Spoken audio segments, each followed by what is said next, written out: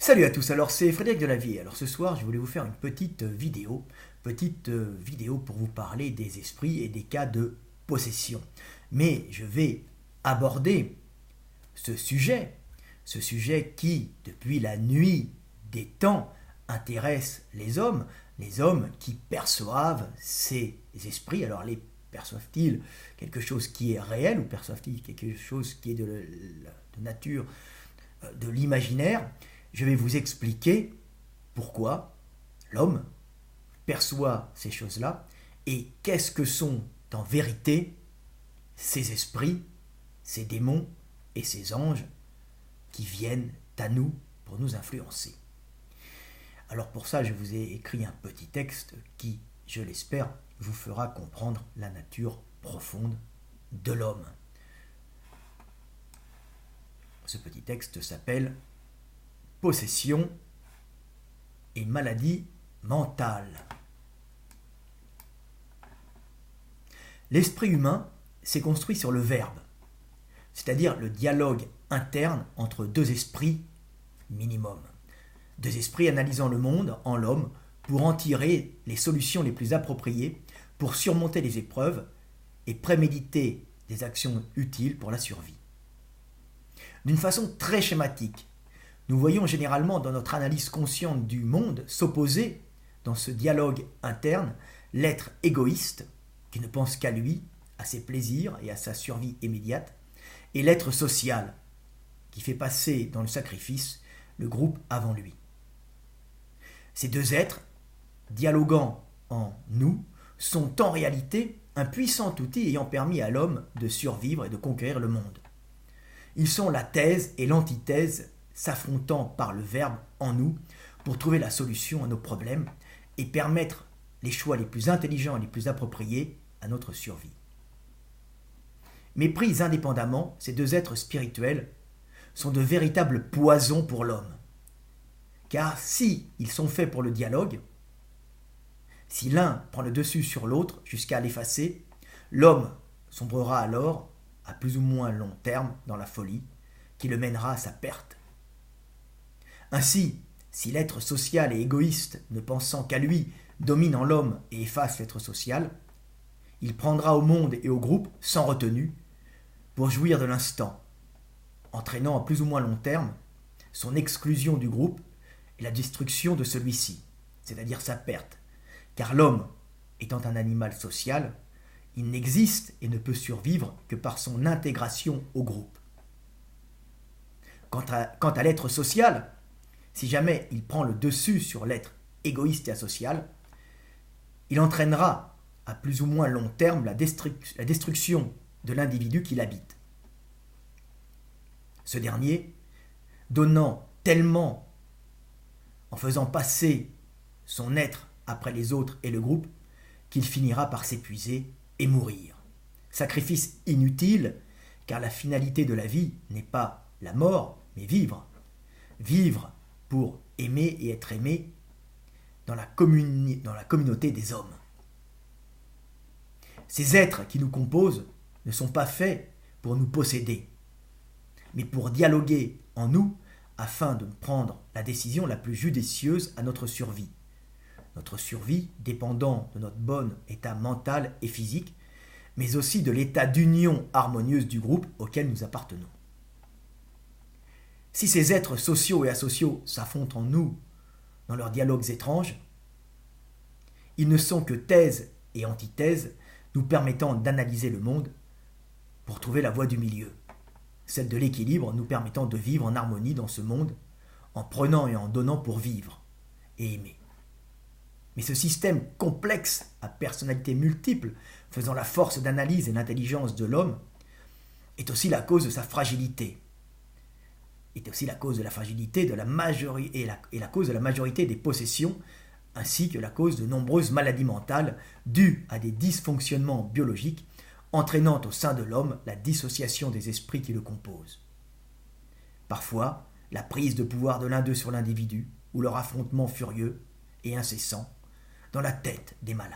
Voilà, petit texte qui, je l'espère, vous fera comprendre la nature multiple de l'homme Et cette nature multiple est donnée par le verbe, par la capacité de dire je suis, j'étais et je serai, par ce verbe, la capacité de se projeter rapidement dans le futur, puisque le verbe est un peu, avec le vocabulaire et le verbe et les notions de temps, c'est un peu une interface sonore entre l'esprit et le monde qui permet à l'homme d'analyser très rapidement les choses au lieu de passer uniquement en sensation, donc utilisant tous ses sens dans l'analyse du monde, ce qui prend énormément d'énergie, puisque ça va faire fonctionner énormément de neurones d'un coup et ralentir le fonctionnement cérébral. Donc il y a ce système qui a été mis au point par le verbe, par l'acquisition de notions de temps dans le langage et d'un vocabulaire complexe, un vocabulaire complexe qui est, en fin de compte, la compression de données sensitives que nous percevons en mots, la compression de données sensitives en mots, dans un code sonore beaucoup plus rapide à utiliser pour analyser le monde. Donc à partir du moment où nous avons le verbe, nous pouvons nous interroger sur le monde très rapidement et au lieu de marcher en réflexe conditionné, nous pouvons faire agir l'analyse qui passe toujours par la thèse et l'antithèse, l'affrontement de deux individus émettant deux possibilités, ou trois, ou quatre, dans les actions que nous allons faire. Alors ces deux personnes que nous créons, majoritairement il y a deux personnes au fond de nous, le bon, le mauvais, le timide, l'extraverti. Nous créons deux personnalités qui, entre elles, discutent, des fois il y en a plusieurs, discutent en vérité pour créer cette thèse-antithèse qui est, par le verbe, le système d'analyse le plus puissant du règne animal, permettant à l'homme d'analyser extrêmement rapidement par ce verbe et de préméditer des actions réfléchies et non d'agir en réflexe conditionné. Mais cette structure humaine du cerveau, cette structure du cerveau humain extrêmement complexe qui fait sa force, fait aussi sa fragilité.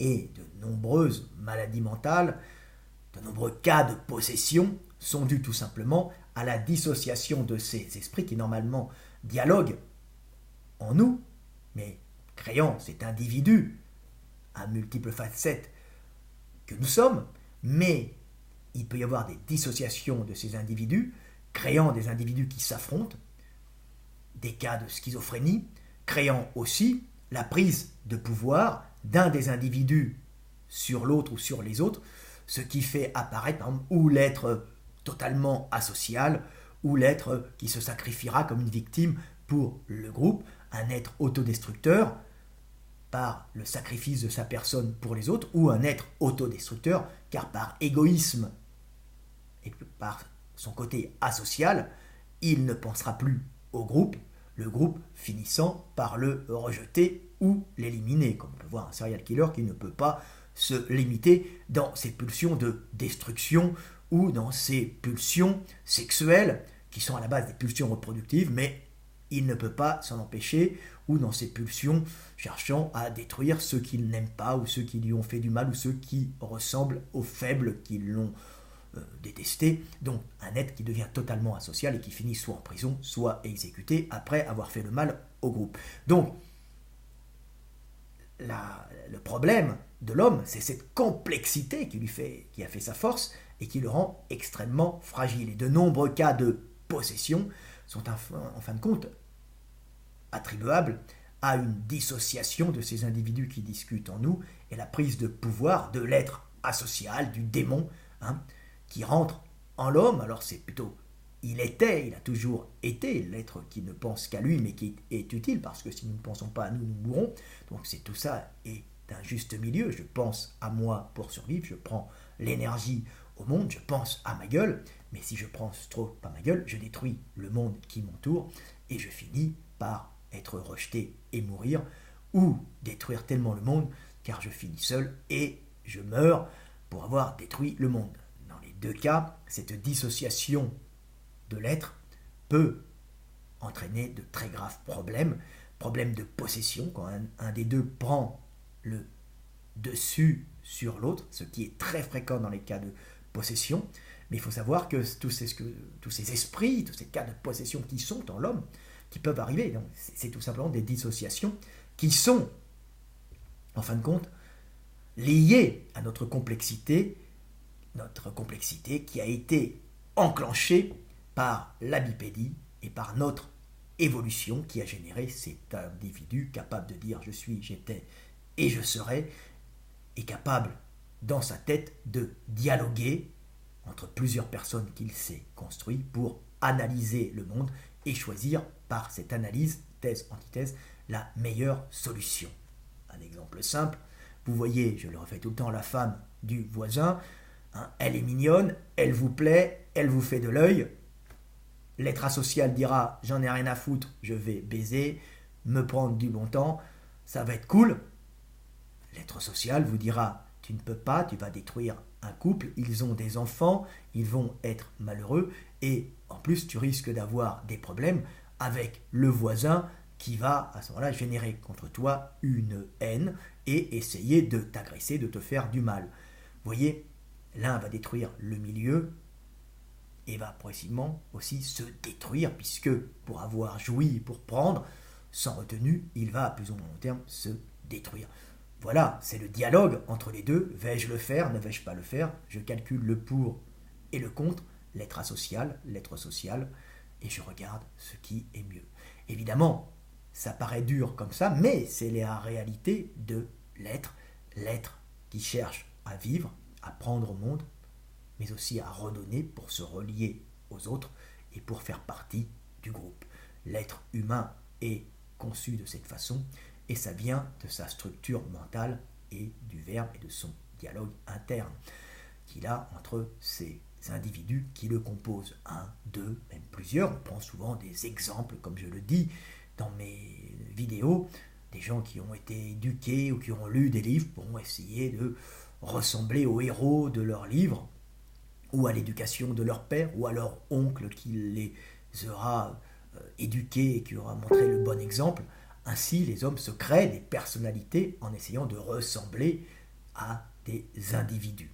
Donc, on est des personnalités multiples et notre capacité à survivre dans le monde et à analyser le monde vient de la discussion en interne de ces nombreuses personnalités qui nous composent et qui forment en fin de compte notre individu quand elles discutent en harmonie. Quand elles se dissocient, ça fait des cas de possession, les maladies mentales, le syndrome Gilles de la Tourette par exemple, ou bien d'autres cas de schizophrénie, en fonction que ce soit un esprit qui prenne le dessus ou qu'il y ait une lutte permanente entre les deux esprits sans qu'un réellement prenne le dessus, en continuant à avoir des actions normales, mais en ayant une espèce de conflit interne permanent qui finit par épuiser le cerveau. Donc c'est notre structure qui fait ça, c'est notre structure donnée par le verbe, par cette notion de temps dans le langage, qui génère cette intelligence humaine si particulière, qui génère aussi, depuis la nuit des temps, ces cas de possession, ces cas de folie propres à l'homme. Un animal n'a pas deux personnalités, il est entier. Il est soit en colère, soit agressif, soit calme, soit heureux, sous l'effet de ses hormones, mais il ne va pas générer en lui deux personnalités, car les personnalités sont données par le verbe.